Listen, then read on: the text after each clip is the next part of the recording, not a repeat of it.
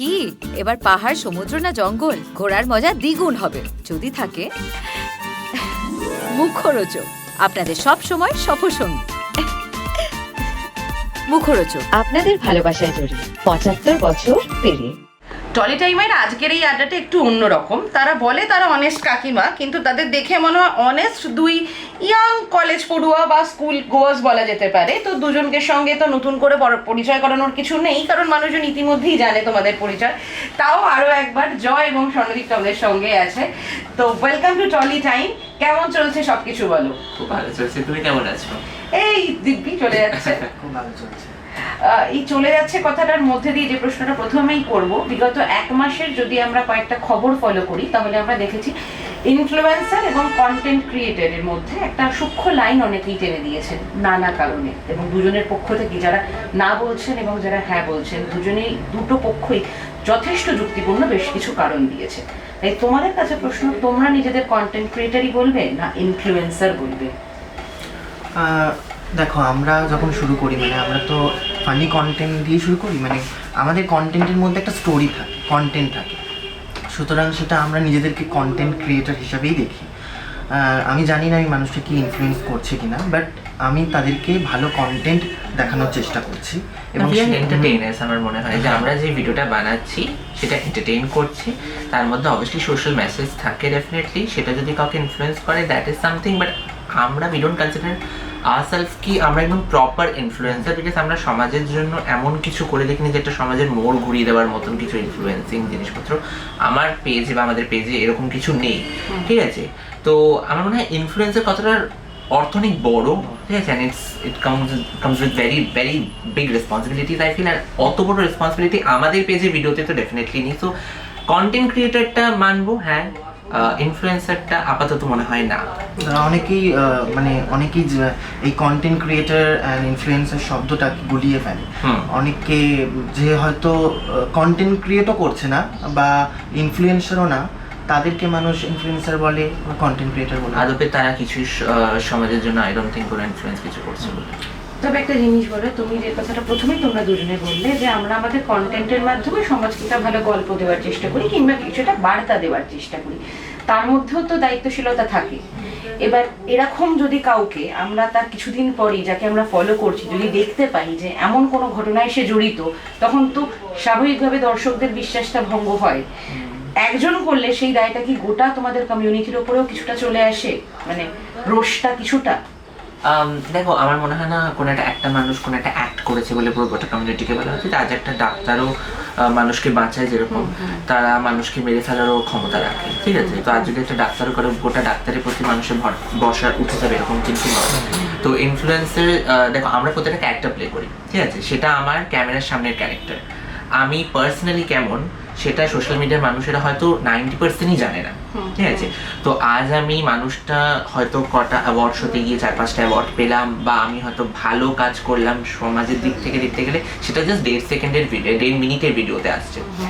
বাকি তো গোটা একটা লাইফ পড়ে আছে 24/7, আমি যেভাবে চলি, হাঁটি, কথা বলি, এবং আমার যে পার্সোনালিটি সেটা তো সম্পূর্ণ আলাদা আমার মনে হয়। তো দুটোকে গুলিয়ে ফেলা কোনোদিন উচিত না। ভালো কন্টেন্ট ক্রিয়েটর বলি যে সে ভালো মানুষ, সেটা কিন্তু নয়। তো আমাদের আরো বেশি বিবেচক হতে হবে বলছো? আমাদের আরো বেশি চোখ কান খোলা রাখতে হবে কাউকে বিশ্বাস করে, তার পথে ধাবিত হওয়ার আগে। দেখুন, কখন মানুষ তার ইন্টেনশন কি সামনে থেকে বোঝা যায় না। আমরা সমাজে বাস করি, প্রত্যেকটা জায়গায়, প্রত্যেকটা সোসাইটিতে আজ সে ভালো কাল সে খারাপ হয়ে যাচ্ছে। এটা আমরা নিজেরাও অবাক হয়ে যাবো যদি আমারই কোনো বন্ধু এরকম শুনি। তো এটা আমরা বলতে পারবো না, আমাদের হাতে নেই। কোনো ইনফ্লুয়েন্সারকে আইডিয়াল ভাবার আগে আমার মনে হয় দুবার ভাবা ডেফিনেটলি উচিত, কারণ আজ 1 বছর তার ভালো কন্টেন্ট লাগতেই পারে, বাট সে কতটা ভালো আমার পার্সোনালি হয়তো কোনোদিনই জানতে পারবো না। আরেকটা কথা তুমি খুব ইন্টারেস্টিং বললে, অ্যাওয়ার্ড। আমরা অনেকগুলো অ্যাওয়ার্ড পাই, এক্ষেত্রেও অনেকগুলো প্রশ্ন আসে। অ্যাওয়ার্ড কতটা সত্যি হয়? সব অ্যাওয়ার্ড কি সত্যি অ্যাওয়ার্ডই, নাকি কিছু award personal relationship, monetary transaction, তোমার স্পন্সরদের পছন্দ, কে কোথা থেকে নমিনেশন হচ্ছে, কিসের ভিত্তিতে ভোট হচ্ছে, কারা ভোট করছে, অনেক সময় বোঝা যায় না, অনেকেই সেটা বলে থাকেন। আবার ডেফিনেটলি মোস্ট অফ দ্য অ্যাওয়ার্ডসই হয়তো রিয়েল, সেটাই আমরা বিশ্বাস করি, মোস্ট অফ দ্য অ্যাওয়ার্ডস আর রিয়েল। কিন্তু কিছু জায়গায় তো এই প্রশ্নগুলো চলে আসে, তোমরা কি বলবে? অ্যাওয়ার্ডসের 60-40% রেশিও, 50-50 রেশিও, নাকি 20-80, কিভাবে বলো? দেখো, একটা খুব বাস্তব কথা বলতে গেলে আমরা কিরকম কন্টেন্ট বানাই আমাদের ধারণা নেই, হয়তো ভালো হয়তো খারাপ, কিন্তু এখনো পর্যন্ত আজ আমরা 3 বছর ধরে এই কন্টেন্ট ক্রিয়েশন লাইনে যুক্ত, বাট আমরা কিন্তু আজ পর্যন্ত কোনোদিন নমিনেশন পাইনি, কোনোদিন অ্যাওয়ার্ড শোতে ইনভিটেশনও পাইনি, কোনো নমিনেশন পাইনি, আমাদের এখনো পর্যন্ত অ্যাজ আ কন্টেন্ট ক্রিয়েটার কোনো অ্যাওয়ার্ড বাড়িতে ওঠেনি। তো মেবি হয়তো আমরা সেই জায়গা এখনো পৌঁছে উঠতে পারিনি বলে, বাট যখন দেখি যে ইউনো অনেক, দেখো ভালো ফলোয়ার্স মানে যে ভালো কন্টেন্ট ক্রিয়েটার সেটা কিন্তু নয়, আজ আমার 1 মিলিয়ন ফলোয়ার্স মানেই যে আমি খুব ভালো কন্টেন্ট বানাই সেটা কিন্তু নয়, but still they have so many followers and in the basis of that followers তারা কাজ পাচ্ছে এবং তারা অ্যাওয়ার্ড পাচ্ছে। বাট আই ডোন্ট থিঙ্ক কি তাদের কাজের মধ্যে সেই পরিমাণ উন্নত মান আছে, তা আমি জাজ করার কেউ না, বাট আমি একদমই আমার পার্সোনাল ওপিনিয়ন দিচ্ছি। আমার পার্সোনালি মনে হয়েছে যে তাদের থেকে অনেক বেটার কন্টেন্ট ক্রিয়েটার্স আছে, আমার মনে হয় আমিও হয়তো সেই লিস্টে নেই, but still there are many content creators যারা they deserve that, but তারা পায় না।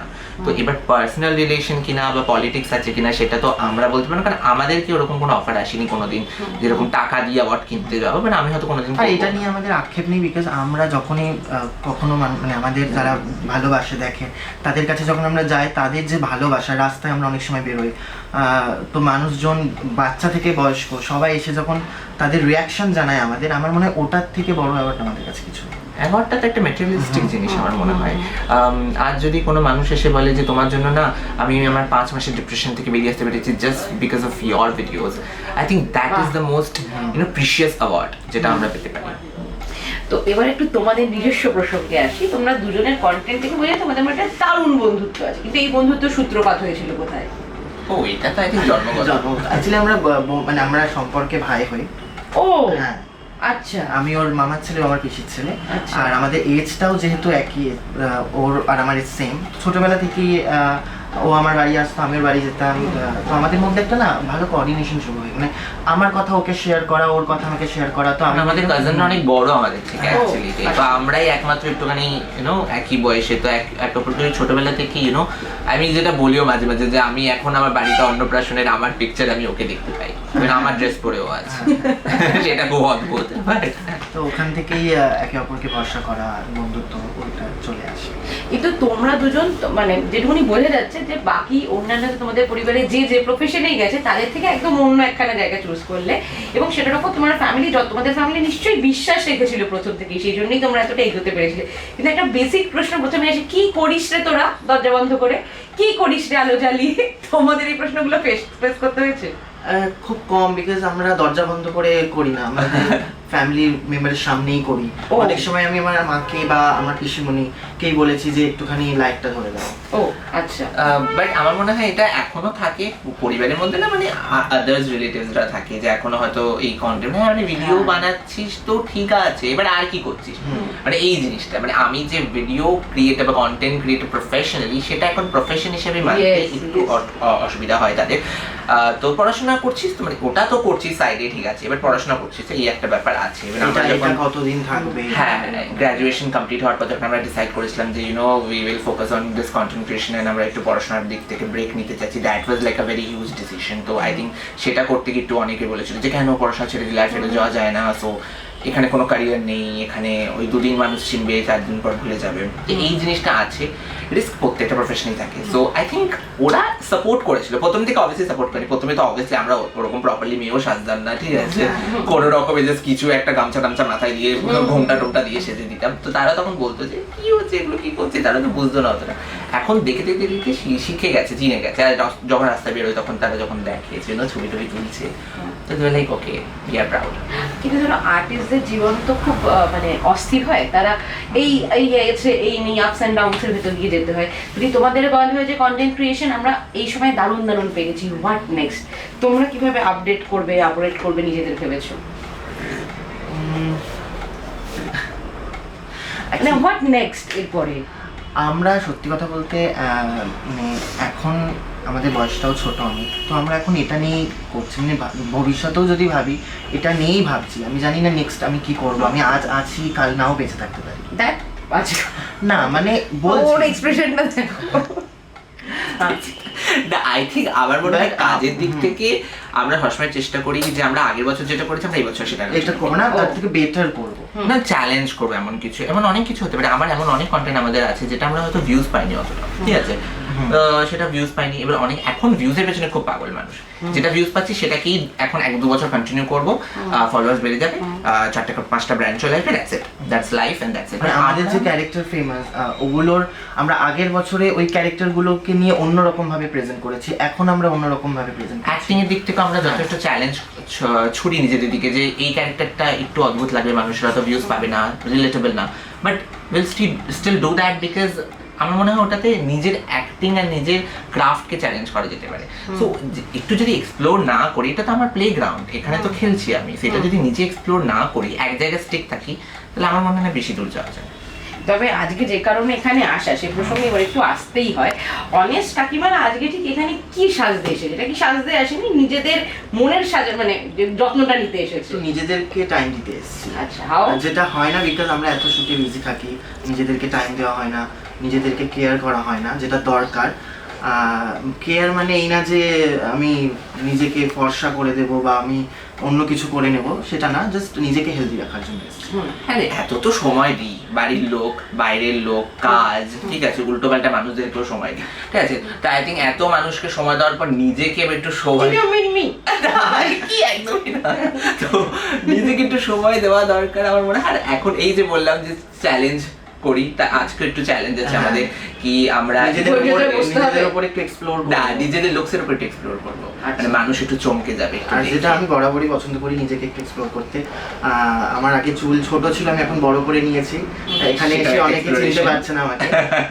আজকে একটু অন্যরকম এক্সপ্লোর করবো। তো অন্যরকম যে করাবে সেই শিল্পীকে একটু ডেকে নিই। একদম শিল্পী আমাদের ফেভারিট। একদম বল। তো যদি একটু বলো আজকে রূপসের তরফ থেকে ওদেরকে তোমরা কিভাবে, মানে তুমি কি করবে বলে ঠিক করেছো? আচ্ছা, আমি আসলে ওদের কিছুক্ষণ দেখি আর গল্প করি, যে ওদের কোনো কিছু দেখবার আগে আমি ওদেরকে আসলেই ফার্স্ট জিজ্ঞাসা করি যে আচ্ছা তুমি ওইটা কালকে করছো, কালকে যেমন জেনারেলি আমি একটা রিল বানিয়েছি, আমি দেখলাম রিসেন্টলি একটা ওরা রিল বানিয়েছিল, যেটা একটা ডান্সের কোনো ভিডিও, অসাধারণ, মানে ওদের কম্পোজিশন দুজনের একদম মানে সমানভাবে তাল মিলিয়ে যে পারফরমেন্স থাকে, আর নিজেরা করে সব থেকে, কোনো ক্যামেরা পার্সন নেই, কেউ লাইট ধরবার নেই, নিজেরাই দাঁড়িয়ে করছে, নিজেদেরই সব সেটা, সেটা থেকে আমি অলওয়েজ মেসমারাইজড। মানে আমি ওদেরকে জিজ্ঞাসা করছি কী করে করলি বলতো ওরা এটা, তো সেক্ষেত্রে আমি তো ওদের ফ্যান, কারণ বাকি লোকেদের মতনও আমি একজন, ওদের দেখে এসেছি। আর ওদের সব থেকে বড় আমি যেটা দেখেছি, ফার্স্ট ওদের কথাটাই বলতে হচ্ছে এই কারণে যে ওরা শুধু কন্টেন্ট ক্রিয়েটার বলে ক্যামেরার সামনে দাঁড়িয়ে আছে না, ওদের মধ্যে না অডিয়েন্স কি চায় ওদের থেকে, আমি যেটা ওদেরকে দেখে মনে করেছি, সেই বোঝবার ক্ষমতাটা কিন্তু থাকা দরকার ওদের মধ্যে, সেটা দুর্ধর্ষভাবে আছে। যে আমি আজকে এই রিলটা প্রেজেন্ট করলাম অডিয়েন্সদের সোশ্যাল মিডিয়ার মাধ্যমে, বাকি আমি এটা করব। তো ওদের আমি একবার গল্পও শুনেছিলাম যে ওরা আগে থেকে স্কেডিউল করা থাকে, যে আমরা ফেব্রুয়ারির জন্য এই কন্টেন্টসগুলো বানাচ্ছি, মার্চের জন্য এই কন্টেন্ট, যেমন এক্সামের আগে আমরা রুটিন বানাই, তেমন ওদের ওরকম কন্টেন্ট বানানো থাকে। আমি শুনেও ছিলাম ওদের কাছে এই গল্পগুলো। তো এতটা মানে একাগ্রতার সহিত যে ওরা কাজটা করছে, মানে সোশ্যাল মিডিয়া করলে তখন প্রচুর লোকেদের দেখা যায় নাচ গান করতে, তো ওটা আলাদা, তাদের মধ্যে থেকে ওরা এক্সেপশনাল, মানে ওদের মধ্যে রিয়েলি ট্যালেন্টটা আছে। সেটা যে কোনো ধরো কোনো ধারাবাহিকের প্রোমোশুট বলো, যেই রকমের করছে, পুরো দেখে মনে হচ্ছে যে একদম আমরা বাস্তবটাকে দেখছি, অসাধারণ, মধ্যে কোনো অশ্লীলতা নেই, মানে একদম জেনুইন ব্যাপারটা দেখতে পাই। তো I am really fond of them ওদের ব্যাপারে। আর ওরা আমাদের কাছে অনেক দিন ধরেই আসে, রূপসে প্রচুর দিন ধরে এসছে, কিছুদিন আগের দিনেই স্কিনের কিছু ট্রিটমেন্ট বাগেরা করেছে, আর আজকে ওদের হেয়ারের একটা মেকওভার করবে, তো সেটা নিয়ে আমিও এক্সাইটেড। এখনো জানা হয়নি যে কি করতে চলেছে, কারণ ওর হেয়ারটা বড়, বিকজ ওদের একটা ট্রিপ আছে রিসেন্টলি, সেটা আমি বলে দিলাম। তো তার জন্য হ্যাঁ কন্টেন্ট আছে, ট্রিপ আছে, তাই জন্য নিজেদেরকে চেঞ্জ করছে। তার ওদেরকে আমি সবসময় মোটিভেট করি, তোরা তো একদম ক্যামেরার সামনে থাকিস, বিকজ লোকে তোরা পাবলিক ফিগার, সবাই তোদেরকে চেনে, তো অবভিয়াসলি নিজেদেরকে তো ঠিক রাখতে হবে। ওই মোটিভেশনের জন্য আমি সবসময় পুশটা ওদেরকে দিই, আর বাকিটা তো ওরা আমাকে ভালোবাসে বলেই এখানেই আসে, অন্য কোথাও যায় না। আর I am very happy, I am grateful যে ওরা আমাকে বেছেছে এই ব্যাপারে। জয় খুব ইম্পর্টেন্ট একটা কথা বললো, সিরিয়ালের প্রমোশন হোক। এখন আমরা বিভিন্ন জনকে এই প্রশ্নটা করেও থাকি অনেকে, যে সোশ্যাল মিডিয়া কন্টেন্ট ক্রিয়েটারদের কত কার পেজ সাবস্ক্রাইবার, কতটা রিচ, সেই দেখে তাদেরকে বিভিন্ন জায়গায় কাস্ট করা হয়। তোমাদের কখনো অফার এসেছে? সিরিয়ালের জন্য তো না, সিরিয়ালের জন্য অফার আসলে মনে হয় না আমরা অ্যাকসেপ্ট করবো বলে, বিকজ ইটস একটা লং প্রসেস ওখানে। মানে ওখানে সিরিয়াল সিনেমা হোয়াটএভার সিনেমার জন্য অ্যাকচুয়ালিতে এসেছে একটা দুটো, আই থিঙ্ক ওর কাছে একটা এসেছিল, ঠিক আছে। অডিশনিং এর এখন প্রসেস চলছে, তো সেই দিকে এখনো পর্যন্ত ফলোয়ার্স দিকে কাজ তো আসেই, সেটা তুমি জানো। আর আমার মনে হয় না যে আমাদের লেভেল ফলোয়ার্স সেই লেভেলে গেছে যে এখন অত পরিমাণ কাজ আসছে, তো না আপাতত তো সেই পরিমাণ কোনো কাজ আসেনি। তো আই ডোন্ট নো, বাট আমার মনে হয় যে শুধু ওই সিনেমা সিরিয়াল করাটাই যে মেন লক্ষ্য আমাদের, সেটা কিন্তু নয়। আচ্ছা জয়, না ওটা কিন্তু একটা, আমি যেটা বলছি তোকে কাটলাম একবার, ওদের মধ্যে কিন্তু ওই অভিনয়টা না, আমি যেটা দেখেছি ওদের কন্টেন্ট থেকে, ফলোয়ার্স দেখে তো এখন আমি প্রচুর শুনেছি, কারণ আমাদের ইন্ডাস্ট্রি বন্ধু বান্ধব প্রচুর আছে যারা ফলোয়ার্স দেখে নিয়ে নেয়, বাট অভিনয়টা জানে না। মানে বন্ধুদের কাছ থেকে গল্প শুনেছি অন ফ্লোরে, শিখিয়ে পড়িয়ে নেয়। বাট আমি ওদের ক্ষেত্রে দেখেছি ওরা না শিখেই, মানে ওদের অ্যাঙ্গেল কোন দিকে লুক এক্সচেঞ্জ করতে হবে, ক্যামেরাতে কেউ নেই, ধর দুজনকে করছে, ওর সাজেশনে যাচ্ছে, ওর বডি সাজেশন, ওই ব্যাপারগুলি ওদের মধ্যে একদম রপ্ত করা, ওদের কেউ শেখায়নি কোনোদিন। তো সেটা দেখে আমি সিরিয়াসলি আমি সবসময় বলি যে এই ব্যাপারগুলো কোথা থেকে শিখেছো, মানে ওদের অবজারভেশনটা ইজ এক্সিলেন্ট। মানে ধরো কোনো প্রভাব আছে, সেটা নায়ক নায়িকাকে দেখেছিস তারা কেমন ভাবে বানিয়েছে, সেই ব্যাপারটা ওদের মধ্যে দূরদৃষ্টিটা অনেকটা বেশি। এই দূরদৃষ্টি চলতে থাকুক, এবং আমার মনে হয় না আর বেশিক্ষণ সময় যদি নিই, ও আমাকে এক্ষুনি আসলে মারতে হবে। কারণ কিছুক্ষণের মধ্যে তোমাদের একটা কি হবে জানো, টোটাল চেঞ্জ, একটা ট্রান্সফরমেশন, মেকওভার হতে চলেছে। তো সেই ট্রান্সফরমেশনের লুক আমরা দেখবো, তাই যদি টলি টাইমের পর্দায় সবাইকে চোখ রাখতে হবে। একদম টলি টাইমের পর্দায় সবাইকে চোখ রেখো, সাবস্ক্রাইব করো, শেয়ার করো, লাইক করো। নতুন মেকওভার দেখার জন্য অবভিয়াসলি চোখ রাখতেই হবে। একদমই, টলিউডের নানা রকম খবরের জন্য টলি টাইমস কিন্তু দেখতেই হবে। আর যেখানে নানাদার দ্যান ইউ আর দেয়ার, শ্রীতমা যেখানে আছে সেখানে সব থেকে হেলদি অ্যান্ড ভালো নিউজগুলি আপনারা দেখতে পাবেন। একদম। Thank you so much. Tata.